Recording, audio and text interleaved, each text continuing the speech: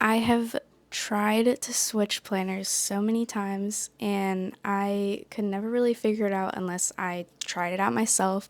So hopefully this video helps you figure out what would be a good planner for you. I definitely have my favorites and I'm going to go through all the pros and cons of each, but I am excited to share with you guys why I love my current setup so much. The first one I want to talk about is Filofax. It was my first planner. What's cool about it is that you have many different page options. You can pretty much change page by page exactly to be how you want it to be, and the rings make it so that you can change even the paper. It's completely customizable. You can make whatever sections you want with it, whatever kind of paper you want, and it's relatively small. I would say it's on the smaller side of the planners I've tried. The cons are that maybe there's too many options. I feel like having too many options is a little overwhelming for me personally, and I really like structure. I have ADHD, so having some kind of structure in my planner is like really helpful, but I don't know, like that's just me. I know a lot of people really like a lot of options, but I am a little overwhelmed by it, and it made me kind of fizzle out of this planner after a month or two. There's also a lot of printing and cutting. If you want to get inserts from other shops, then you kind of have to print and cut a lot, and it sucks. I hate cutting paper all the time. And I hated writing on the pages with the rings, but it's relatively small and thin profile. The next one I tried was the Traveler's Notebook. I really loved it. It solved the problems that were really bothering me the most, which was writing with the rings and also a larger page size. It's not so much larger, but I was able to fill out more of the pages, which was satisfying. And there's more storage depending on what cover you get, and the sections are kind of made for you because you can go book by book. You can easily remove the book like I just showed you and move all around like the books how you want. This one has 4 strings on it, and you can get different covers with more or less strings, but I think 4 is like a sweet spot for me. I never really find myself needing more than that.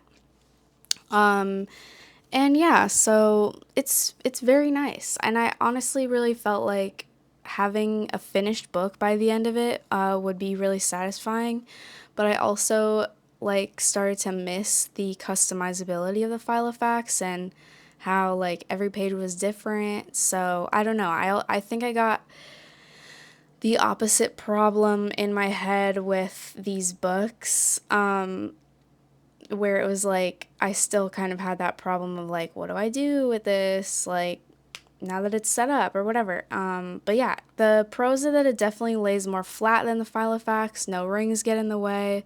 But yeah, again, I still had a hard time with the open-endedness of it and having to make up my own stuff. And this cover that I have is definitely a little more bulky than the Filofax, but I really like it. I like a chunky planner, and I know other people out there like it too. Obviously, there's smaller covers you can get, but that's the one I have, and I love it. My favorite one now is the Hobonichi. There are 2 sizes. There's the A5 and the A6, which I have both here just to show you. I started off with the A6 book and I loved it, but the pages were too small for me. So I made the leap to A5. I was really afraid. I was actually so terrified to get the A5. But I was so happy I did. I really love having all the space to just write and write and write. I never find myself needing more space than the A5 size. And the main difference between the A6 and the A5 is that it has weekly pages, which is so freaking vital for me. I have ADHD, so a weekly spread with a visual hourly time block is super helpful for me. And it's like pretty much the only way I can get all my tasks done and like be successful in life is the hourly time blocking.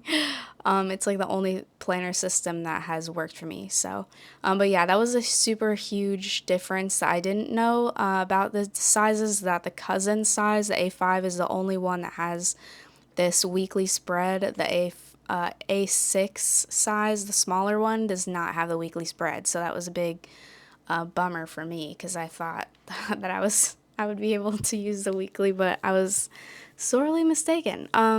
Another pro is that it has open daily pages like I'm showing here. So you can customize whatever you want for that day, but you still have the structure of a monthly calendar and the weekly calendar to keep you on track. And the only other thing I don't like is that the tiny border where the quotes are on the bottom. But honestly, sometimes it looks cool in the design. It doesn't really bother me that much. Or you could just put washi tape or stickers or whatever you want on the bottom. But I do sometimes wish that I had that available for me for my use. Here I had some extra pages, so I tried making a monthly dashboard for my habit trackers, which I'm loving so far. I think next month I'll slim down how many habits I'm tracking. But the potential is really great with the larger pages, and just wanted to show you what's possible.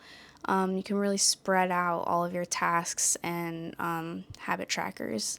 You can make lists, you can paste in some ephemera from your days. Like I have here just like receipts and little like papers and stickers and things that I just find like from things I buy.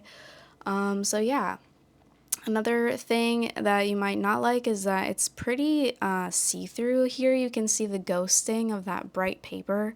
And the Hobonichi line uses Tomo River paper, which is also in my books that I use for my traveler's notebook, both Sarika Studio and Sterling Ink. Notebooks with Tomo River paper have this very fine ghosting. You can see that it's very see-through, but I personally, I don't mind. I use a Uniball one. It's a .38, I believe it says, if my eyes are not bad yet. So yeah, it's a very thin, fine pen, not too crazy. So yeah, and the another thing is like I'm just kind of showing you here is that the pages you can use for Filofax are also more customizable if that bothers you, if the ghosting bothers you. You can always just cut out some pages of thicker paper and hole punch them, put them in your Filofax. But the Hobonichi definitely has ghosting, and so does a lot of the traveler's notebooks you might want to buy. So yeah, if that bothers you, definitely the Filofax might be better for you in the long run. But I personally don't mind it. I really like the ghosting. It makes my books feel more used and loved in my eyes. So I don't know. I kind of enjoy the ghosting. It makes my books feel more full and lifelike to me. And here's all of the profiles side by side. If size bothers you at all, to me, I just get a bigger purse. But the smallest option is clearly the A6 Hobonichi or maybe even the Filofax if you don't make it too chunky. But yeah, I really don't mind how chunky the planner is. I really just go for quality of pages and what I use it for. There's definitely a lot of pros and cons to all of these notebooks.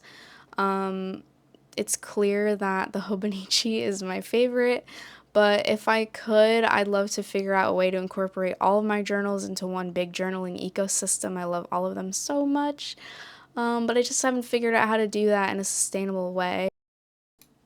I really appreciate you guys watching, and I hope you have an amazing day. Bye.